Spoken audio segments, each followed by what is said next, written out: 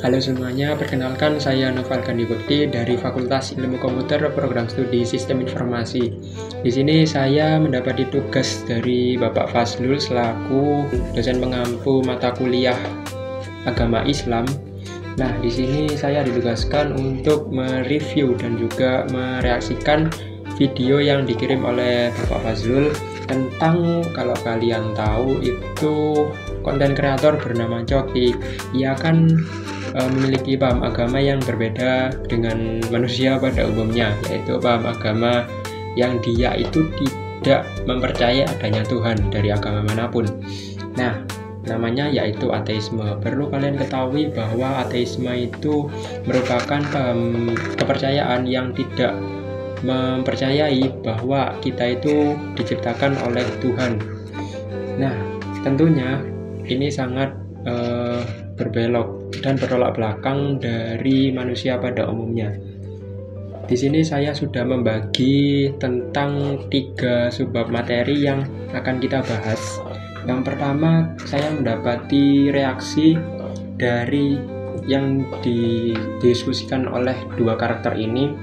Yang pertama ada di menit 4.30. Doktrin itu dia. Maka itu lebih masuk akal. Itu malah buat gue jadi masuk akal. Kenapa? Karena buat gue sesuatu yang disampaikan secara dogmatis dan tidak ada lagi selain ini, itu gue sulit menerima itu. Tapi kalau ini adalah kemungkinan dari banyak kemungkinan lain, gue malah lebih suka dengan hal seperti itu. Karena dimulainya dengan tendensi yang tidak arogan, paling tidak menurut gue ya. Iya. Paham. Tendensinya tidak arogan gitu, dan tendensinya adalah mari kita belajar bersama dan mari kita berkembang bersama, karena tidak pernah ada yang tahu pasti dari mana kita berasal dan bagaimana caranya kita untuk menjadi lebih baik. Jadi ruang untuk bertumbuhnya tuh gue bisa melihat gitu, dan gue secara pribadi lebih merasa nyaman dengan pemahaman seperti itu.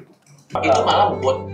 Nah, di sini sudah dinyatakan bahwa kita itu sebagai manusia yang diciptakan tidak mengerti asalnya itu dari mana. Itu statement yang sudah dikeluarkan oleh Coki, yang dimana kita sebagai agama Islam tentu percaya bahwa Allah Subhanahu wa Ta'ala itu telah menciptakan manusia sebaik-baiknya. Bahkan ada beberapa ulama yang meyakini dan sudah mempublish dalam web yang sudah saya jelajahi di sini, ada 7 fase manusia itu hidup dalam dunia ini. Dan sudah terbukti dalam Quran surat Al-Hajj ayat 5. Sebenarnya kalau kita lebih telusuri semakin dalam, statement yang dikeluarkan oleh Coki itu didasari pada logika yang terbatas, dan bahkan kalau kita tidak beragama, itulah hal wajar yang kita akan temui ketika dia itu berpikir dan tidak memiliki pondasi lebih lanjut. Memang kalau semisal dipikir oleh pikiran yang telanjang dan tidak memiliki agama seperti ya karakter dalam video satu ini, kita akan tidak pernah habis mencari sumber bahwa kita itu berasal dan diciptakan dari mana, seperti itu. Nah, kalau semisal kita sudah berpikir demikian, maka keraguan yang akan kita alami lebih lanjut akan tidak menemui ujungnya.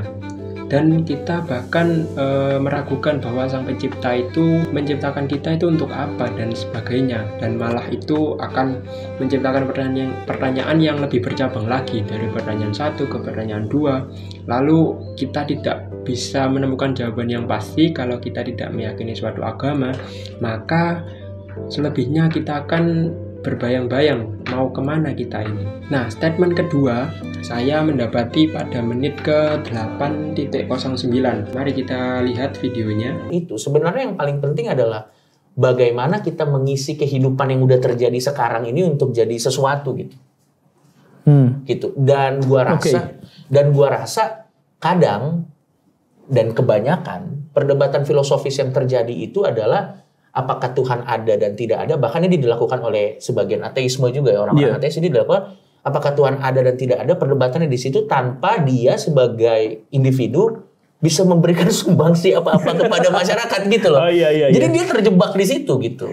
Menit ke 8.09 memang setuju saya mengenai perihal bahwa manusia itu hidup dengan apa yang seharusnya kita itu kerjakan. Kita itu sebagai manusia dalam kehidupan kita senantiasa memiliki kesempatan untuk berbuat kebaikan. Tentu seluruh agama yang ada di Indonesia itu pasti akan mengarahkan kita kepada kebaikan, tapi kita tentukan terlebih dahulu kebaikan yang seperti apa dan apa dasar kita untuk melakukan kebaikan itu. Kalau kita pahami lebih lanjut, pemahaman seperti ini tuh memang standar bahwa manusia itu hidup untuk kebaikan sesama, yang diantaranya kita itu harus saling membantu atau saling berkeuntungan lah dengan sesama individu dan sesama manusia, bahkan sesama makhluk hidup. Tetapi apabila kita tafsir lebih lanjut, jika kita berpikiran yang penting hidup dan kita itu tidak akan merugikan orang lain, maka itu sudah sangat-sangat menjadi standar bahwa kita itu hidup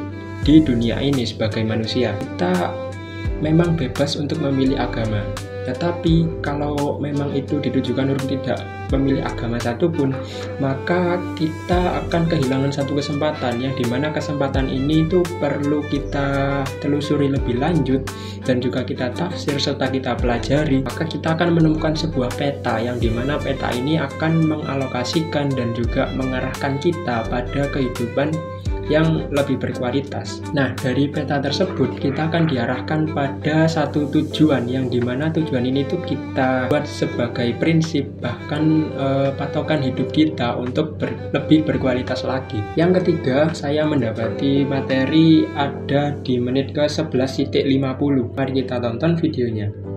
Karena dia adalah sebuah pribadi yang memang bijaksana, punya pemikiran yang panjang, gue rasa sih kayak tadi yang gue bilang, Kang, dia tidak akan sepicik itu untuk mendahulukan atau memasukkan ke neraka orang yang percaya dia tapi tidak memberikan sumbangsi, ketimbang sama orang yang mungkin agak nggak percaya sama dia tapi memberikan sumbangsi gitu. Karena gue percaya pada akhirnya value orang tuh dinilai bukan cuma sekedar dari dia percaya apa, tapi dia value-nya as a human tuh apa sih? Nah, baik. Dalam video kali ini kita akan membahas mengenai value as human atau nilai kita sebagai manusia itu seperti apa. Saya menilai bahwa di sini saya belum bisa memastikan benar atau tidaknya, tetapi saya akan berjalan sesuai dengan logika yang saya pikirkan sekarang, bahwa Allah itu sudah memahami tentang keimanan kita sudah ada di batas mana. Dari batasan itu tadi, Allah pasti memahami bahwa kita itu sudah sewajarnya melakukan sebagai individu yang akan bertindak untuk individu lainnya. Memang value as human atau kita bertindak sebagai manusia itu ada batasan nilai yang akan kita lakukan dalam dunia ini. Tapi kalau kita membahas mengenai Tuhan itu menilai bukan hanya sekedar dalam tindak kita percaya kepadanya, bahkan kita itu sendiri diperintahkan dalam agama Islam untuk menyembah kepada Allah Subhanahu wa Ta'ala. Setelah itu kita baru memahami bahwa Allah itu memiliki standar penilaian sendiri terhadap diri kita sebagai manusia yang seperti apa.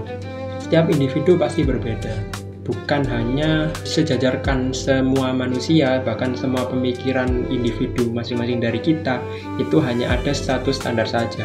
Tetapi yang pasti kita sudah diperintahkan dalam Quran surat Al-Baqarah ayat 21, yang dimana kita diperintahkan untuk menyembah Allah, tiada Tuhan selainnya. Nah, value kita sebagai manusia itu dinilai ketika kita memang berbuat baik antar sesama, bahkan berbuat baik meskipun itu secara langsung atau tidak langsung. Kembali lagi pada standar kita sebagai manusia. Semua agama memang mengarahkan kita kepada kebaikan antar sesama, tetapi kita percaya atau tidaknya bahwa Allah itu ada. Allah telah mengukur derajat kita, keimanan kita yang disesuaikan dengan tindak maupun sifat perilaku kita dalam kehidupan sehari-hari. Tentunya dalam menilai Allah itu tidak bisa kita alokasikan dalam logika kita, tetapi ada saja setelah itu penilaian yang Allah itu kalkulasikan dalam dirinya, maka kita itu tidak bisa memikirkannya hanya dengan logika saja gitu. Logika kita memang lebih rendah dan tidak bisa menyaingi Allah. Tetapi kalau kita terus mencari mengenai perihal itu, maka kita tidak akan menemukan ujungnya. Nah, dalam materi ini Coki mengatakan bahwa tidak mungkin sebuah pribadi atau yang kita artikan sebagai Tuhan gitu ya, memasukkan manusia ke dalam neraka hanya karena salah dalam menyembahnya gitu. Kalau kita membahas mengenai salah atau benarnya kita menyembah, maka agama dalam dunia ini mungkin hanya ada satu, sedangkan dalam agama di dunia ini itu bervariasi dan tidak hanya satu. Kita bahkan dibebaskan untuk memilih agama. Maka dengan demikian kita yang beriman atau memiliki kepercayaan kepada Allah Subhanahu wa Ta'ala, dan kita sebagai pribadi muslim, kita akan berpikiran bahwa kita masuk neraka itu memang merasa ada yang perlu kita perbaiki, bukan hanya sekedar hukuman yang tidak ada ujungnya, atau bahkan kita itu merasa disakiti dan lain sebagainya. Yang penting kita itu tidak hanya merasakan bahwa Islam itu hanya hidup di dunia lalu kita akan disiksa di neraka. Kita akan mengalami masa-masa dalam pembersihan diri kita, yang diantaranya kita dimasukkan ke neraka lalu disiksa.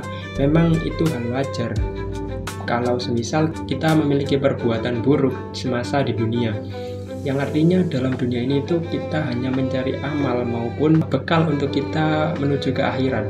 Baru ketika di akhirat kita akan dipertimbangkan mana perihal baik dan buruk, dan kita akan mendapatkan yang sewajarnya. Nilai yang ada dalam diri kita itu dinilai melalui perilaku kita, niat kita, dan perbuatan kita semasa hidup di dunia, bukan hanya benar atau buruknya kita dalam hal menyembah.